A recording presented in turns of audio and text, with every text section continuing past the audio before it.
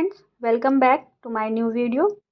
आज हम आपको हिंदी के लेसन प्लान के बारे में बताएंगे कि हिंदी का जो पाठ योजना है वो कैसे बनाया जाता है। ठीक है, तो सबसे पहले हम आपको ये बताएंगे कि हिंदी का जो लेसन प्लान बनता है उसको 3 फॉर्मेट में डिवाइड किया गया है। एक है गद्य, पद्य और फिर है व्याकरण। तो आज हम जो है गद्य की बात करेंगे, यानी कि जो स्टोरीज होती हैं, ठीक है, उससे रिलेटेड लेसन प्लान बनाना सीखेंगे।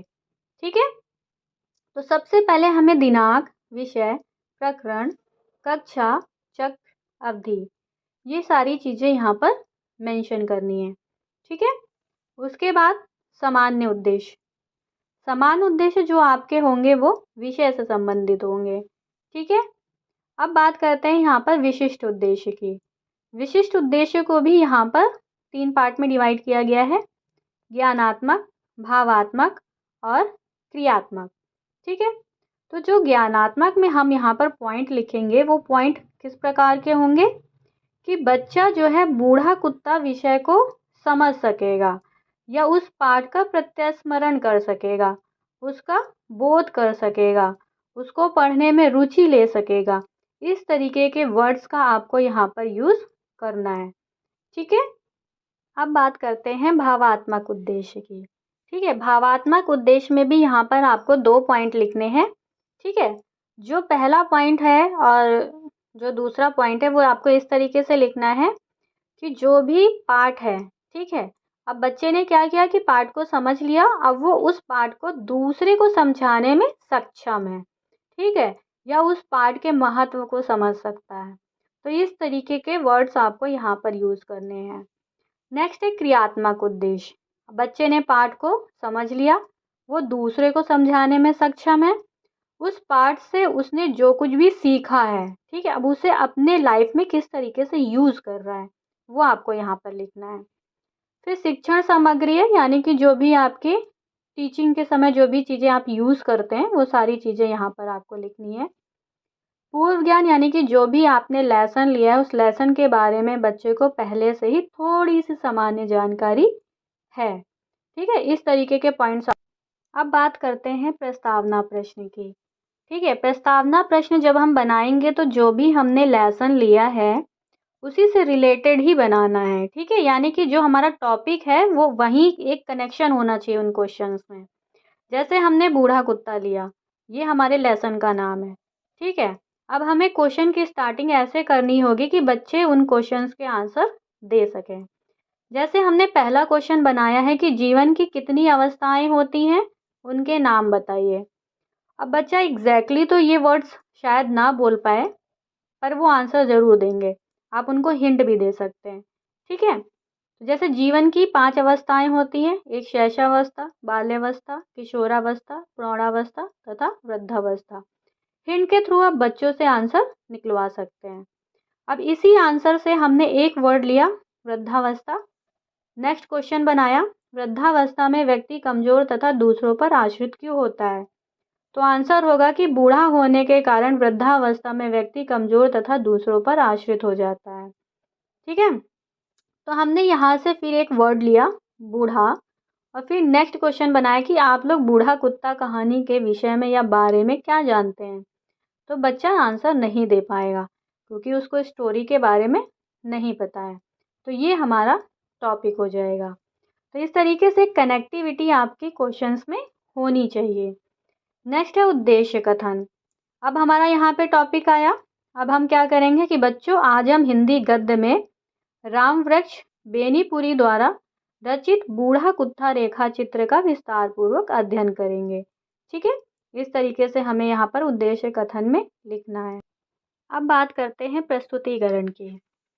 जो गद्य का फॉर्मेट होता है वो इस तरीके से होता है। ठीक है, आपको इसको थोड़ा सा ध्यान से देखना होगा, समझना होगा कि सबसे पहले निर्देश, शिक्षण बिंदु में क्या लिखेंगे? निर्देश, यानी कि जैसे ही टीचर क्लास में जाती है बच्चों को क्या निर्देश देती है कि सभी विद्यार्थी अपनी अपनी पाठ्य पुस्तक की पृष्ठ संख्या 36 को खोलेंगे।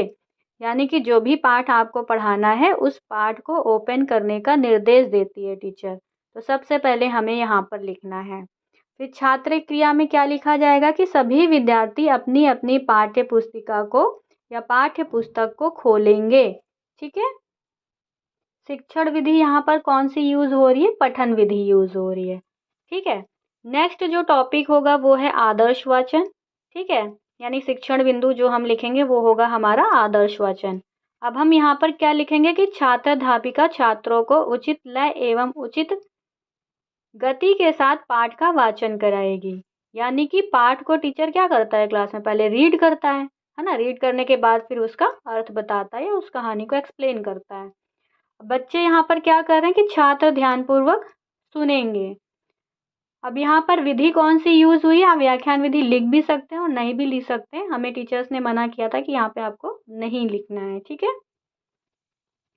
उसके बाद काठिन्य शब्दों का उच्चारण। यानी कि जब हम क्लास में बच्चे को रीडिंग करा रहे होते हैं चैप्टर का, तो बीच बीच में कठिन शब्द आते हैं, तो उन कठिन शब्दों का उच्चारण कराएगी अध्यापिका। ठीक है, छात्रों से। उसके बाद यहाँ पे छात्र क्रिया में आप लिखेंगे कि छात्र ध्यान पूर्वक सुनकर शब्दों का शुद्ध उच्चारण करने का प्रयत्न करेंगे। ठीक, और उसके बाद फिर यहाँ पर श्यामपट्ट कार्य में हम यहाँ पर कठिन शब्दों को लिख देंगे। ठीक, उसके बाद अनुकरण वाचन। छात्र अध्यापिका छात्रों को प्रस्तुत गद्यांश का सस्वर पाठ कराने का आदेश देगी। यानी कि पहले तो खुद ही पढ़ा उन्होंने, रीड किया, कठिन शब्दों का एक्सप्लेन किया, बच्चों से बुलवाया, अब बच्चों से यहाँ पर उस पाठ को पढ़ने का आदेश देंगी।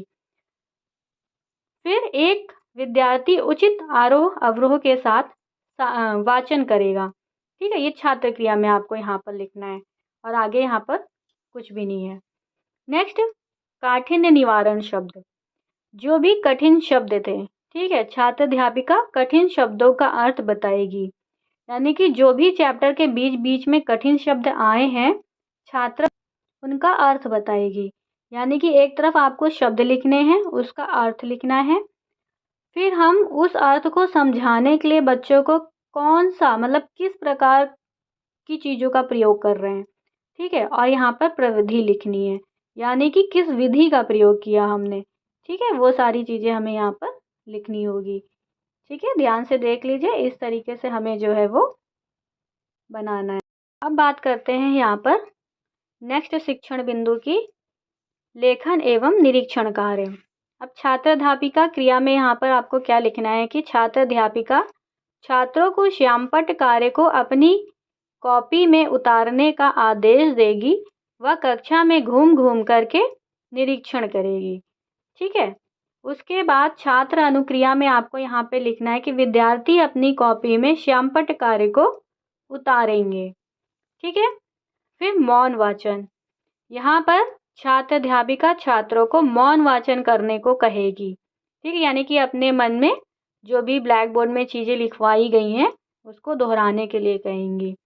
अब विद्यार्थी यहाँ पर मौन वाचन करेंगे। नेक्स्ट, बोधात्मक प्रश्न।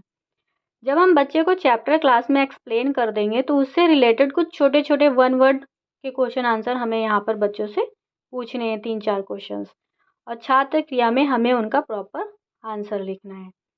ठीक है, अब यहाँ पर पुनरावृत्ति प्रश्न। पुनरावृत्ति प्रश्न में आपको 2 या 3 क्वेश्चंस पूछने हैं। वो टिक द करेक्ट ऑप्शन भी हो सकते हैं, फिल इन द ब्लैंक्स भी हो सकते हैं, ऑब्जेक्टिव क्वेश्चंस भी हो सकते हैं। इस तरीके के क्वेश्चंस आपको यहाँ पर पूछने हो। नेक्स्ट, गृह कार्य दिया जाएगा। जो भी आपने स्टोरी पढ़ाई है उसी से रिलेटेड आप कुछ भी यहाँ पर गृह कार्य दे सकते हैं, पर सेंटेंस आपका जो है प्रेजेंट टेंस में होना चाहिए। ठीक है, आई होप आपको ये लेसन प्लान समझ में आया हो। ये हिंदी का गद्य का फॉर्मेट था। ठीक है, इसके बाद भी हम आपको पद्य का फॉर्मेट बताएंगे और उसके बाद फिर व्याकरण का फॉर्मेट बताएंगे। ठीक है, जो भी आपको डाउट्स हैं आप कमेंट बॉक्स पर मैसेज कर सकते हैं, हम कोशिश करेंगे कि उसको एक्सप्लेन करें। Okay, thank you, bye bye.